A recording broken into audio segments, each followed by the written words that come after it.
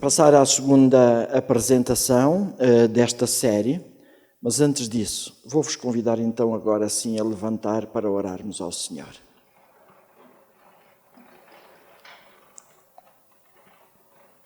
Querido e bondoso Deus, é grande a nossa gratidão por Tu nos amares tanto e por Tu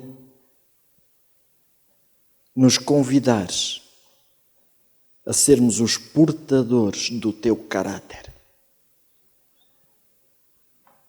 Temos que admitir, Senhor, que somos muito fracos, mas também, Senhor, confiamos muito nos méritos de Jesus. E por isso, Senhor, eu te suplico que sejas Tu agora a estar aqui conosco.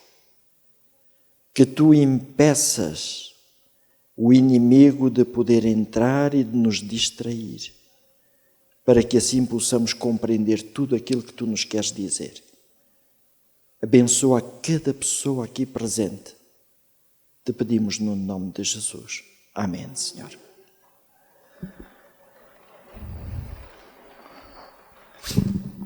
Vou só fazer um brevíssimo resumo daquilo que eu disse esta manhã. Mas antes disso, ainda uma pergunta. Quem é que dormiu na parte anterior da saúde? Houve alguém que tivesse dormido? Não. Então também não vos autorizo a dormir agora, hein? Senão vou ficar com ciúmes da minha mulher. Eu tinha um professor que ele, quando falava de uma forma muito monótona. E havia várias pessoas que dormiam na assistência. Mas ele depois dizia, olha, faz favor, acorda aí a pessoa que está ao teu lado. E as pessoas, meio envergonhadas, iam dando uns toques nas outras, não é? Mas às tantas houve um mais atrevido, chique, não é? Um mais atrevido. E o professor disse-lhe assim, olha, acorda esse que está aí ao teu lado. E ele disse-lhe, olha, venha cá você acordá-lo porque foi você que o adormeceu. Eu espero não adormecer nenhum de vocês esta tarde e espero que realmente com a ajuda de Deus nós possamos encontrar aqui um bom momento com o Senhor. Esta manhã eu dizia que Deus nos tinha escolhido e vou pôr um slide que pus esta manhã para voltar a recordar o grande objetivo de Deus, o propósito de Deus na vossa escolha, na escolha de cada um de vós e na minha também. O propósito de Deus é o mesmo. E então dizia que a maior obra que pode ser feita no nosso mundo, ou seja, a maior obra, a mais importante de todas, que pode ser feita no meu mundo. Lembram-se qual é o meu mundo? Qual é? Qual é o meu mundo? A Laura, os filhos, depois a família, a igreja, os amigos, esse é o meu mundo. E Deus está preocupado, Deus não me pede para ir para a Ásia, para aqui, para acolá. Deus diz, eu quero é que tu me mostres no teu mundo. E o mesmo acontece para cada um de vós. Eu posso até ser o maior evangelista do mundo, mas se eu não conseguir fazer esta maior obra no meu mundo, acreditem que não tem valor nenhum aquilo que eu possa pregar. A maior obra que pode ser feita no nosso mundo, diz aqui assim, é glorificar a Deus. E nós perguntávamos, como? Como é que eu vou glorificar a Deus? E o texto diz, vivendo o caráter de Cristo. Meus queridos irmãos, eu tenho que vos confessar, porque não vos posso enganar. Ainda me falta muito para viver o caráter de Cristo. Acreditem nisso. Não estou a ser, não estou a ter falsa humildade, estou-vos a dizer a verdade. Ainda me falta muito para viver o caráter de Cristo. Mas uma coisa faço. Quero avançar cada dia para isso. E vocês vão ver já com certeza, não amanhã ainda, mas na segunda-feira, e já vos digo aqui, na segunda-feira, se tiverem que perder algum dia, por favor, não percam na segunda-feira. Porque a segunda-feira vai ser talvez o dia mais importante, pelo menos nesta primeira fase. Mas aquilo que Deus quer é que eu viva o caráter de Cristo. Se não conseguir hoje, às vezes eu não consigo. Muitas vezes eu não consigo. Mas eu vou ter com o meu Deus e vou-lhe apresentar o meu pedido de perdão e pedir forças para não desistir, mas para continuar a minha caminhada. Um dia, um irmão da igreja, quando eu vinha a chegar à reunião de oração, aquele irmão já estava ali à minha espera. E ele chegou ao pé de mim e disse-me assim: pastor, eu tenho uma coisa para lhe dizer. Aquela jovem assim, eu via fumar. O pastor tem que tomar medidas. O pastor tem que apresentar o caso a conselho. E se aquela jovem não aceitar a correção, pastor, nós temos que pensar na disciplina que vamos dar àquela jovem. E eu pus a mão no ombro daquele irmão e disse: olha, irmão, agradeço muito o seu zelo pela casa de Deus. O irmão de certeza que já começou a orar por ela, não começou? E quando eu disse isto, aquele irmão baixou a cabeça e ia fazer o gesto de sair. E eu disse: não, venha cá, irmão, vou precisar da sua ajuda. O irmão foi aquele que viu, eu não vi. Mas eu deposito toda a confiança naquilo que o irmão me está a dizer, que o irmão é verdadeiro. Mas então, nós temos que ajudar aquela jovem. E nós vamos ser os dois que podemos ajudar. Então, eu vou pedir uma coisa ao irmão. Durante 15 dias, nós os dois vamos orar fortemente por aquela jovem. Vamos lutar com Deus por aquela jovem. E eu, lá no acampamento, depois vou-vos explicar o que é isto de lutar com Deus. E, na minha perspectiva, claro. E disse: ao fim dos 15 dias, eu vou falar com ela. Mas antes, não adianta ir falar com ela. Vamos estar a orar fortemente por ela. O irmão aceita este desafio? E ele disse-me que sim. E eu acredito que ele orou. Eu também orei. Aquela jovem, eu esqueci-me de dizer isto, era uma dirigente dos desbravadores. E eu estive a orar também. E quando passaram os 15 dias, passou um pouco mais, porque foi no domingo a seguir a ter feito 15 dias, houve a reunião dos desbravadores e eu fui assistir à reunião dos desbravadores, como era meu hábito, para estar perto dos jovens. E quando terminou a reunião, eu fui levar uma série de jovens a casa e ela também veio.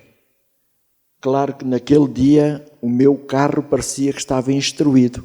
Foi às outras casas todas primeiro e aquela jovem ficou para o último. E quando eu cheguei à casa dela, parei. Pouco antes de chegar à casa dela, eu disse-lhe assim, uma coisa que eu verdadeiramente acalentava no meu coração. Eu disse assim: sabes, eu tenho um grande apreço pelos jovens hoje. Eu não sabia como é que havia de começar a conversar com ela, para lhe dizer que sabia que ela estava a fumar. Disse: eu tenho um grande apreço pelos jovens. Sabes, na minha altura, quando eu era jovem, eu não tinha tantas provações como vocês têm agora. Nós não tínhamos televisão, A nossa vida de jovens era na igreja, uns com os outros, era uma vida saudável. Olha, o Carlos está ali a abanar com a cabeça, o Carlos lembra-se bem daquilo. E realmente não tinha as provações que vocês têm agora.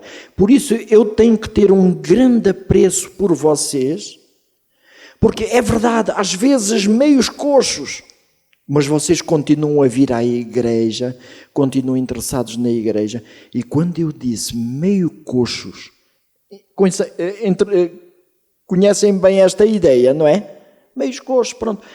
Umas vezes fazem bem, outras vezes fazem mal, mas não desistem de vir à igreja, continuam a vir. E quando eu disse isto, aquela jovem disse-me assim: pastor, parece que é bruxo. E eu disse: então, porquê? Diz ela: pastor, estou com um problema na minha vida. Eu estou a fumar. Reparem, eu não tive que lhe dizer nada. Mas ela é que me disse: eu estou a fumar. E ela contou-me a história dela. E agora reparem aqui o curioso que é. Diz ela: no domingo passado, pastor, eu nunca orei tanto a Deus na minha vida. Estão a ver? Domingo passado, o que é que isso quer dizer? Que já estávamos a orar por ela há quase, pelo menos 10 dias. No domingo passado, eu orei muito a Deus, a pedir para me ajudar a libertar deste meu vício. Sabe? E ela estava a chorar quando falava comigo, e ela dizia-me: eu pedi ao Senhor força, eu sabia que não me devia ter metido nisto, mas infelizmente meti-me, e eu tomei a firme decisão naquele domingo de não fumar mais. E no dia seguinte eu fui para a escola, e quando chegou a hora do intervalo eu sabia que as minhas colegas todas iam fumar. Então eu fugi delas e fui para um canto lá na escola, e estava ali para nem falar com elas, nem sentir o cheiro do tabaco, nada. Mas elas viram que eu não estava bem e vieram ter comigo. E eu disse: olha, por favor, deixem-me sozinha, eu hoje necessito muito de estar sozinha. E então ela saiu dali e disse-me assim: eu fui para as casas de banho para ver se havia alguma cabine que estivesse livre para ali mesmo orar e pedir força a Deus. Com certeza nunca nos passou pela cabeça ir orar numa casa de banho pública, não é? De uma escola. Mas a verdade é que aquela jovem, no seu desejo de fazer a vontade de Deus, ela foi. Mas quando chegou às casas de banho, estavam as cabines todas ocupadas.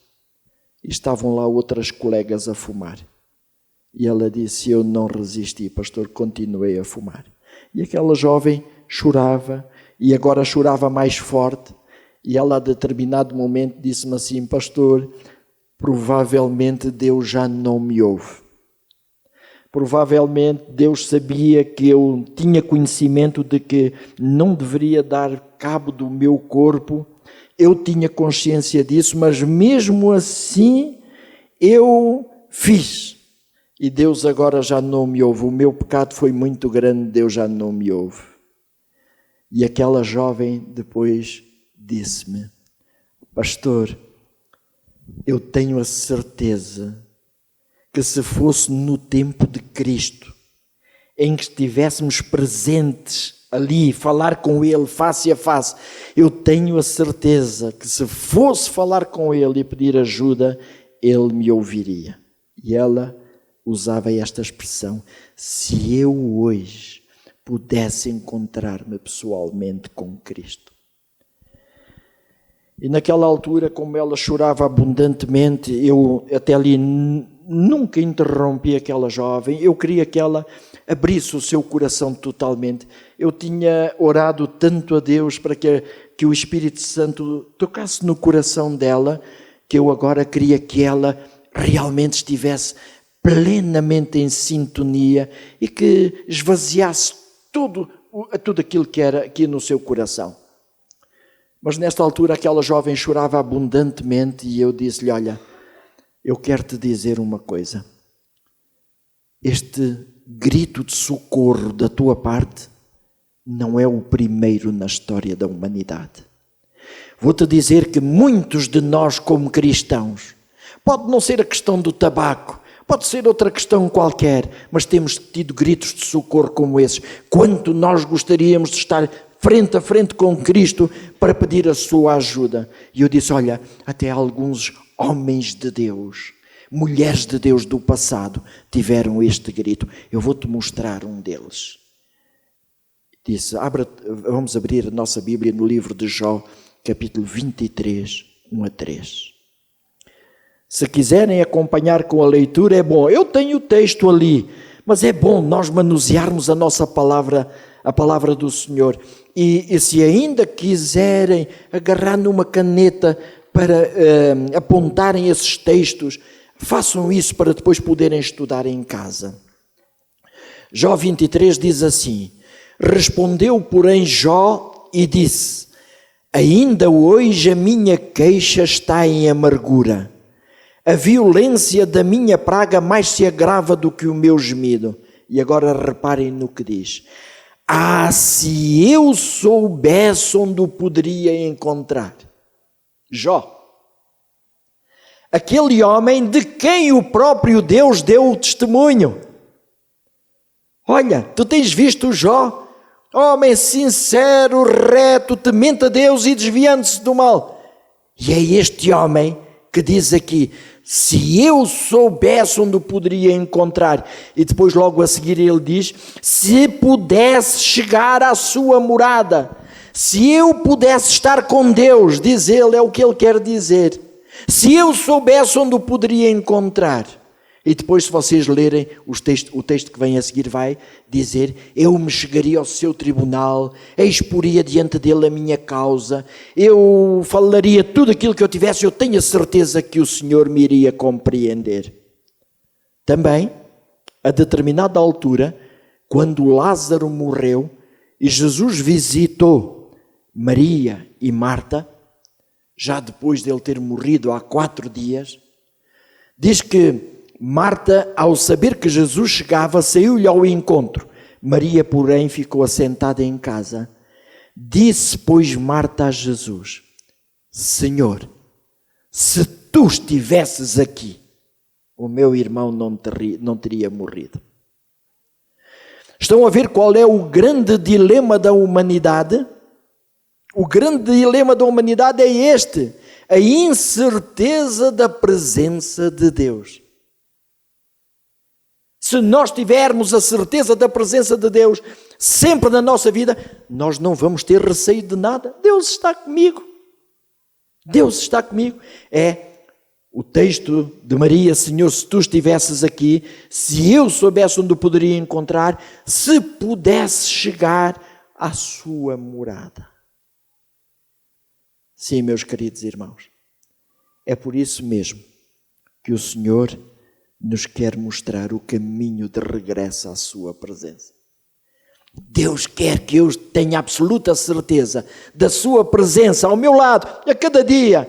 Eu tenho absoluta certeza que todos nós aqui, num momento ou noutro difícil da nossa vida, fosse por um caso de saúde, fosse por um problema financeiro, um problema familiar, já a determinado momento nos agarramos tanto a Deus, tanto, que vimos a resposta de Deus às nossas orações. Mas têm sido casos esporádicos. E aquilo que Deus quer é que haja uma constância na nossa aproximação de Deus. Por isso mesmo, o Senhor nos convida a vir e a compreender. E era isso que Deus queria explicar a Israel através do santuário. E agora, nesta parte da tarde, iremos falar um pouco sobre uma amizade recíproca. Vou começar com o texto de Êxodo 25:8, quando Deus dá a ordem, e me farão um santuário e habitarei no meio deles. É a ordem que Deus dá a Moisés. É um texto muito pequenino, não é? E me farão um santuário e habitarei no meio deles. Mas mesmo assim, vamos dividir este texto em 2 partes. A primeira parte, e me farão um santuário. O que é que isto quer dizer? Em primeiro lugar, é uma ordem divina. Ou seja, foi Deus que disse que era para se fazer o santuário. Não foi Moisés que realmente quis fazer o santuário. Moisés nem sequer isso lhe tinha passado pela cabeça. Deus diz, conforme tudo o que eu te mostrar para modelo do tabernáculo, assim mesmo o fareis.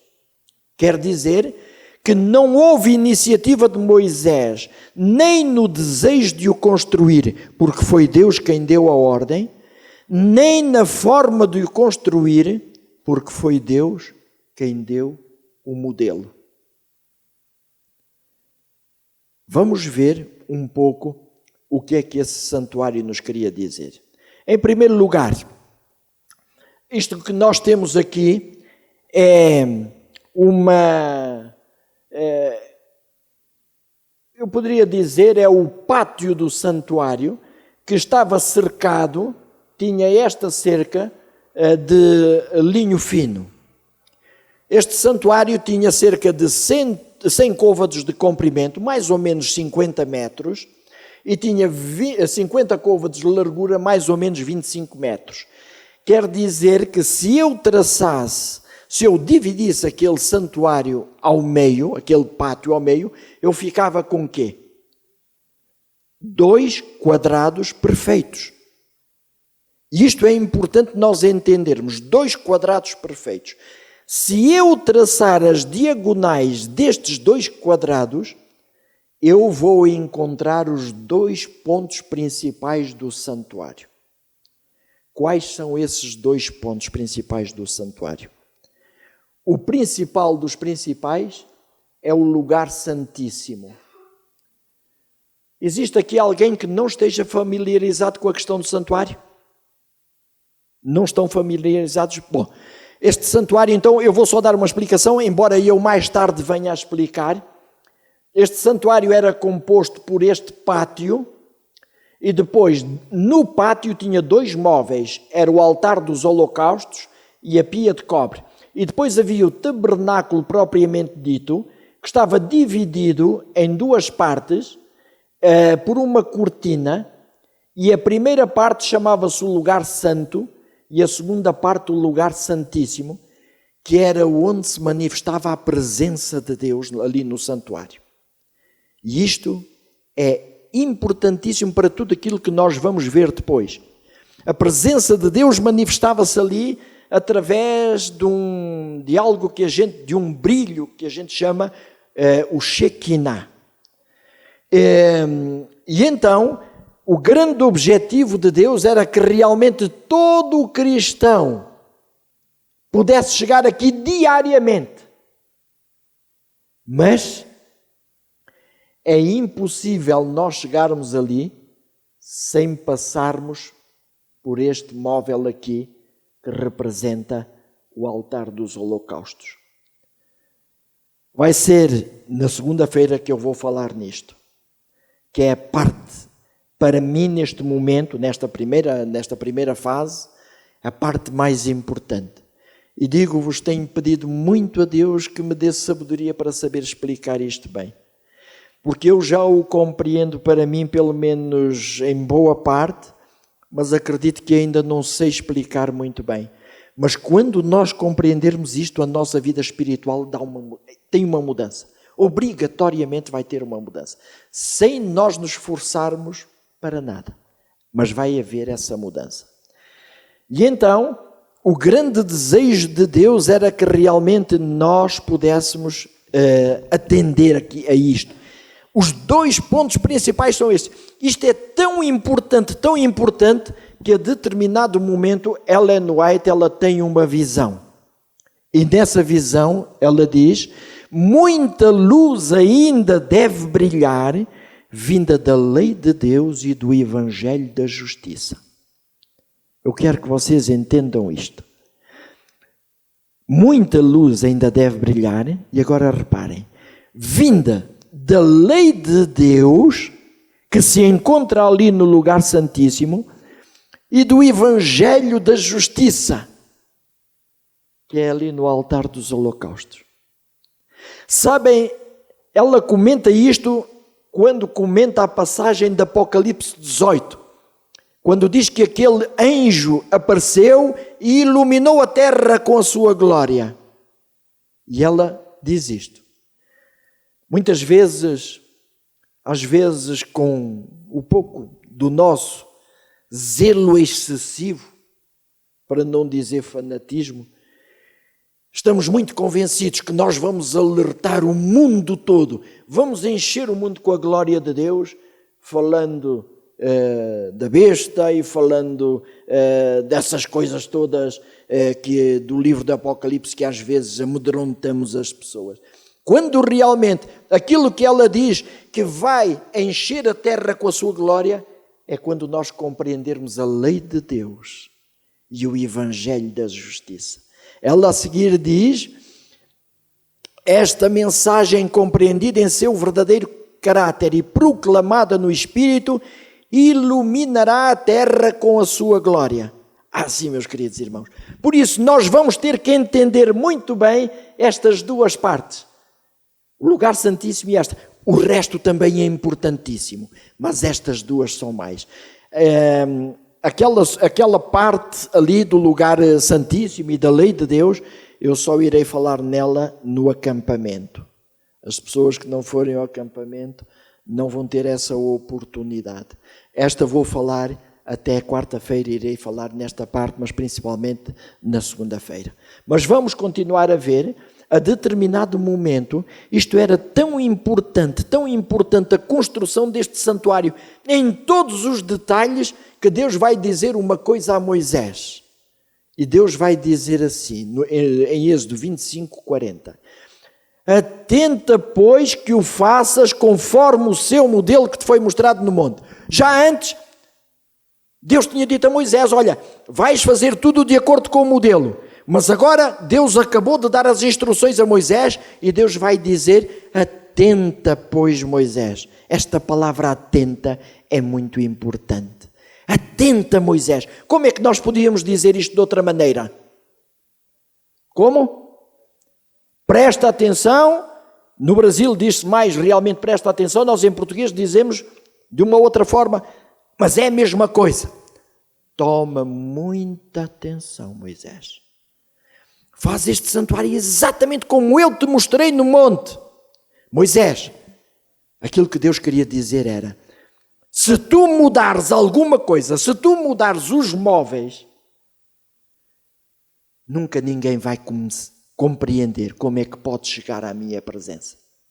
Por isso, faz exatamente. E é por isso, meus queridos irmãos, que esta mensagem é uma mensagem progressiva, é sequencial. Nós vamos aproveitar muito se ouvirmos cada parte da mensagem. Então Deus diz aqui assim agora, toma muita atenção.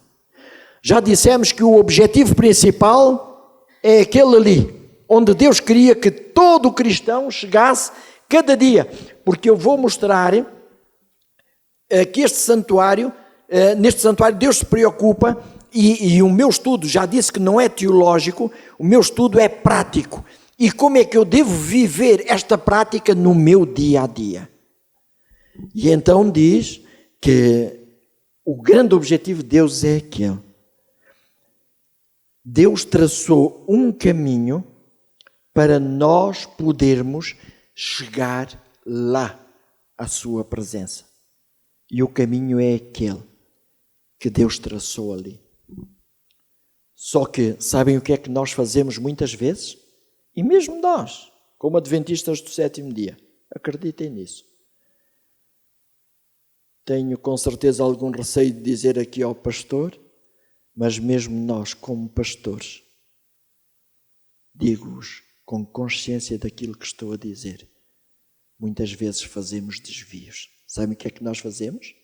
Entramos ali, mas e depois fazemos um desvio e tentamos ir por um lado, tentamos ir com certeza por outro lado para entrar na presença de Deus.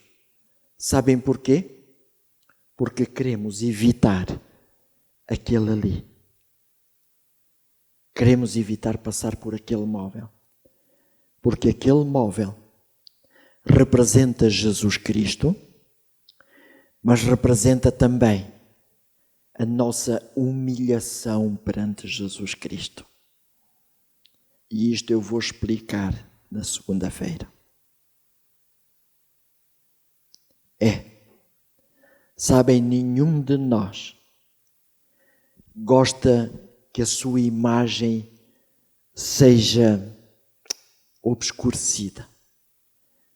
Todos nós temos medo de falar dos nossos erros. Sim ou não? Temos medo. Eu não quero que a minha irmã Natália conheça os meus defeitos. E então eu não vou falar dos meus defeitos. Antes, pelo contrário, vou escondê-los. Não é? E na nossa casa, na igreja, muitas vezes fazemos isso. Quando o grande privilégio, e se eu tiver tempo, eu vou falar-vos um pouco nisso, o grande privilégio é quando, e é aquilo que Deus está à espera, é de um coração humilde. Vocês de certeza que conhecem aqui aquele livro, Se o Meu Povo Orar, do Randy Maxwell. Conhecem esse livro? Não? Então comprem-no o mais breve possível. Digo-vos que é um livro fabuloso. E a determinado momento ele diz: vocês podem ter todos os seminários do mundo, podem ter todas as campanhas de evangelização, mas enquanto não buscarem a Deus de todo o coração, tudo mais será em vão. E ele diz, muitas vezes, ou quase sempre, queremos apresentar-nos diante de Deus como cristãos verdadeiramente lindos ao Senhor, quase como a parábola, aquela parábola do fariseu, do publicano. Graças te dou, Senhor, porque eu não sou como os demais, ladrões, mentirosos. Não, Senhor, eu não sou assim, eu te dou graças. E o que é que o publicano dizia? Nem sequer sou digno, Senhor, de entrar e de olhar para os céus. E é desses que Deus está à espera. É um dos maiores privilégios que nós como cristãos temos. É abrirmos em completa humildade o nosso coração com Deus. Esta coisa aqui já tocou para me avisar que está a chegar o meu tempo. Vou avançar. A segunda parte deste texto diz: e habitarei no meio deles. A palavra habitar, para nós, é uma palavra normal. Eu habito em Lisboa, vocês dizem eu habito em Joanesburgo, eu habito em Pretória, eu habito sei lá onde. A palavra habitar é simplesmente dizer, olha, eu vivo ali naquele lugar. Mas a palavra habitar no hebraico é totalmente diferente o significado. E esta palavra, shaken, quer dizer alguém que quer alegrar-se com a nossa amizade. Quer dizer que quando Deus diz, e eu habitarei no meio deles, Deus está a mostrar a alegria que tem, o prazer que tem em vir morar com o povo de Israel. Quer dizer que isto é um Deus amigo. Um Deus amigo que quer reciprocar. Esta palavra, este verbo não é usado em português. Por isso eu pus entre aspas. Reciprocar uma amizade. O que é que isso quer dizer? Que Deus quer dar-me a sua amizade a mim. E eu aqui ainda posso compreender, olha, coitadito, este não é um pobre diabo, não tem nada de especial, eu vou dar-lhe a minha amizade. Mas agora reparem, não é só isso que Deus quer. Deus quer também receber a minha amizade. Deus está interessado na minha amizade. E eu pergunto, quem sou eu? Quem sou eu? Um miserável pecador que umas vezes faz isto muito bem, outras vezes faz isto pessimamente. Mas mesmo assim, Deus me ama e quer a minha amizade. Meu irmão, ainda que tu tivesses feito os maiores erros no passado, Deus está a dizer: eu quero a tua amizade, estou interessado na tua amizade, não fujas de mim, vem ter comigo. Depois da obra concluída, Moisés tem esta palavra: viu, pois, Moisés toda a obra, e eis que a tinham feito, como o Senhor ordenara, assim a fizeram. Então Moisés os abençoou. Ou seja, Moisés podia até nem ter entendido porque que Deus disse: toma muita atenção, Moisés, faz exatamente conforme eu te mostrei no monte. Mas Moisés sabia que aquilo era importante para Deus. E então, depois de eles concluírem a obra, Moisés foi ver se tudo estava de acordo com o modelo que Deus tinha mostrado. E só depois de ter certificado disso, é que Moisés os abençoou. Por isso, para nós deveria ser muito importante conhecer os detalhes deste santuário. E nós não vamos poder avançar neles todos. Mas hoje vou falar-vos sobre a evolução da palavra santuário. A Bíblia fala de 4 espécies de santuário. O primeiro santuário é este santuário do deserto, onde Deus nos mostra que Ele não é um Deus distante, é um Deus que está bem próximo de nós. Um Deus com o qual podemos contar na nossa vida. Se nós realmente percebermos isto, vamos a cada momento buscar a sua orientação, buscar a sua companhia, porque realmente Ele diz: eu habitarei no meio de vós, eu estou aqui para fazer uma amizade convosco, eu quero essa amizade. O segundo santuário de que nos fala a Bíblia é o próprio Deus. Ele é o santuário.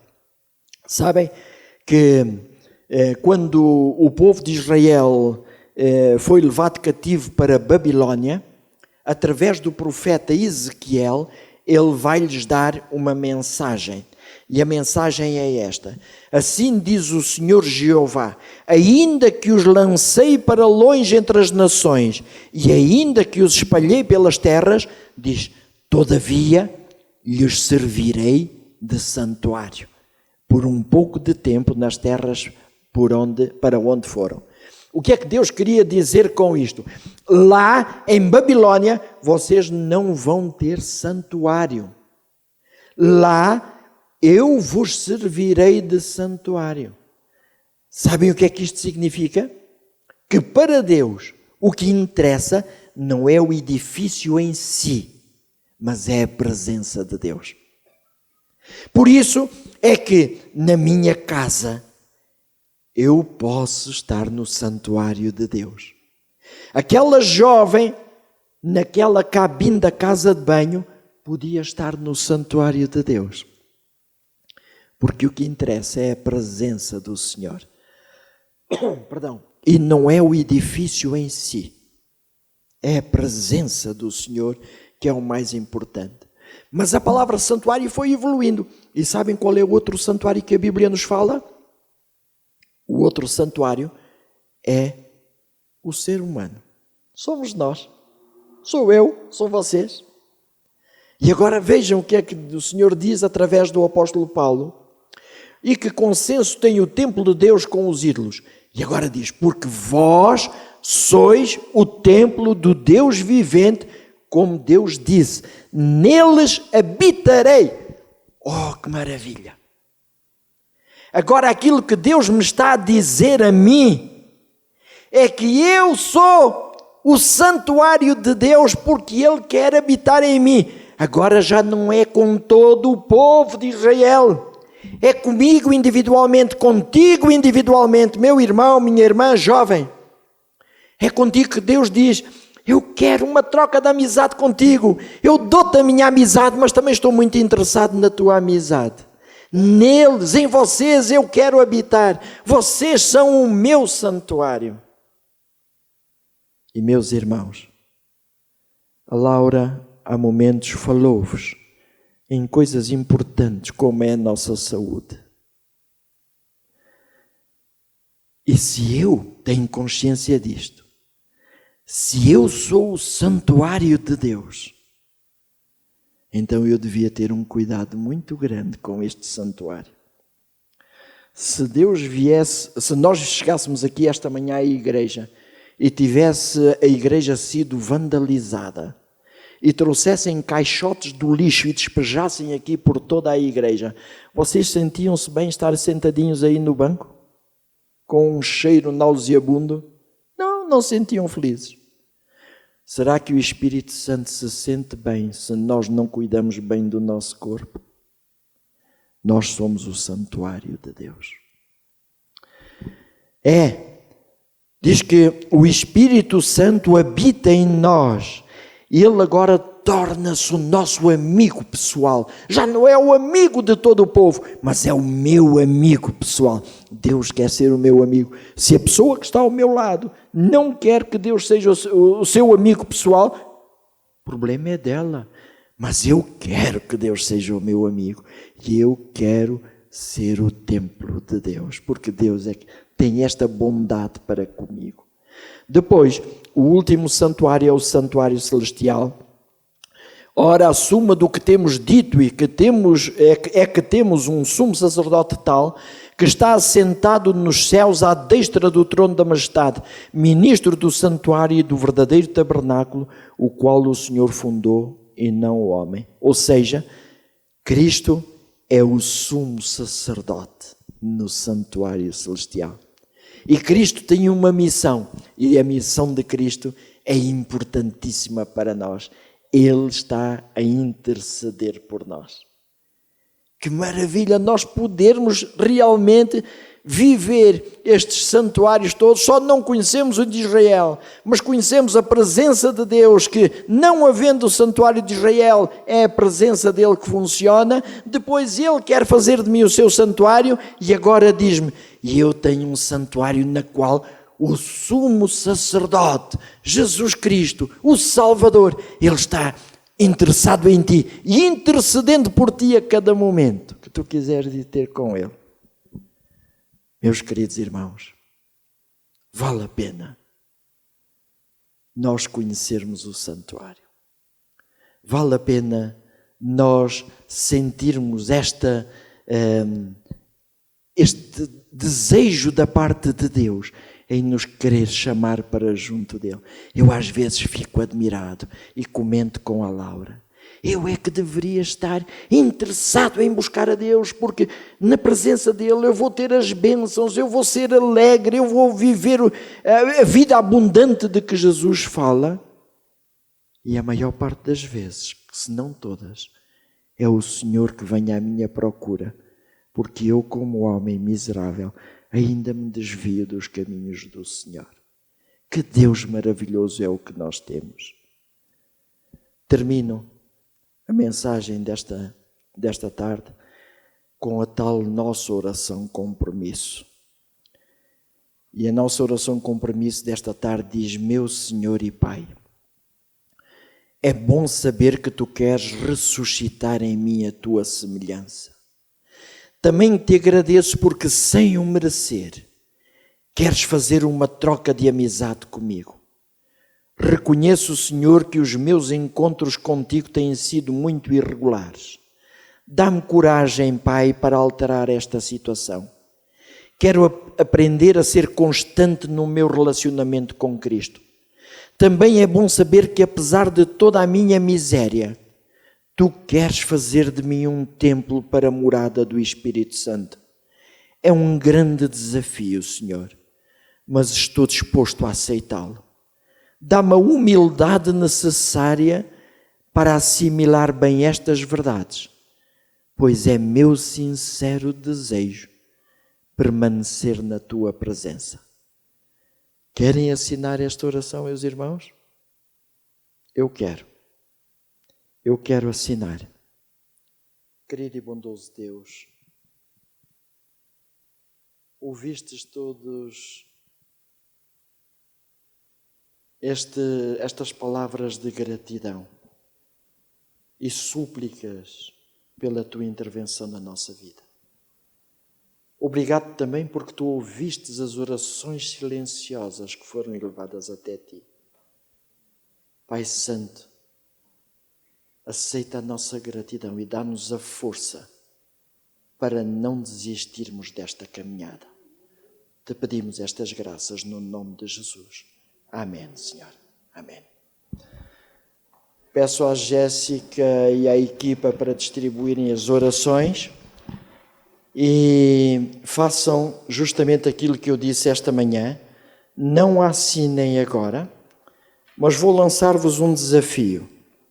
Que levem as orações para casa e que esta noite, antes de se deitarem, leiam as 2 orações que vos foram entregues hoje. Se ainda não assinaram nenhuma delas, assinem as 2, se essa for a vossa vontade. Mas peçam essa força a Deus, para que o Senhor realmente vos possa conduzir neste processo e nesta caminhada para a sala do trono de Deus. Que Deus vos abençoe grandemente e que vos dê uma noite feliz, uma noite de descanso e que vos dê a coragem para amanhã não desistirem de vir aqui à sua presença. Deus tem muita coisa para nos falar. Garanto-vos que vamos conhecer o grande Deus de amor que nós temos. Que Deus nos abençoe a todos. Amém.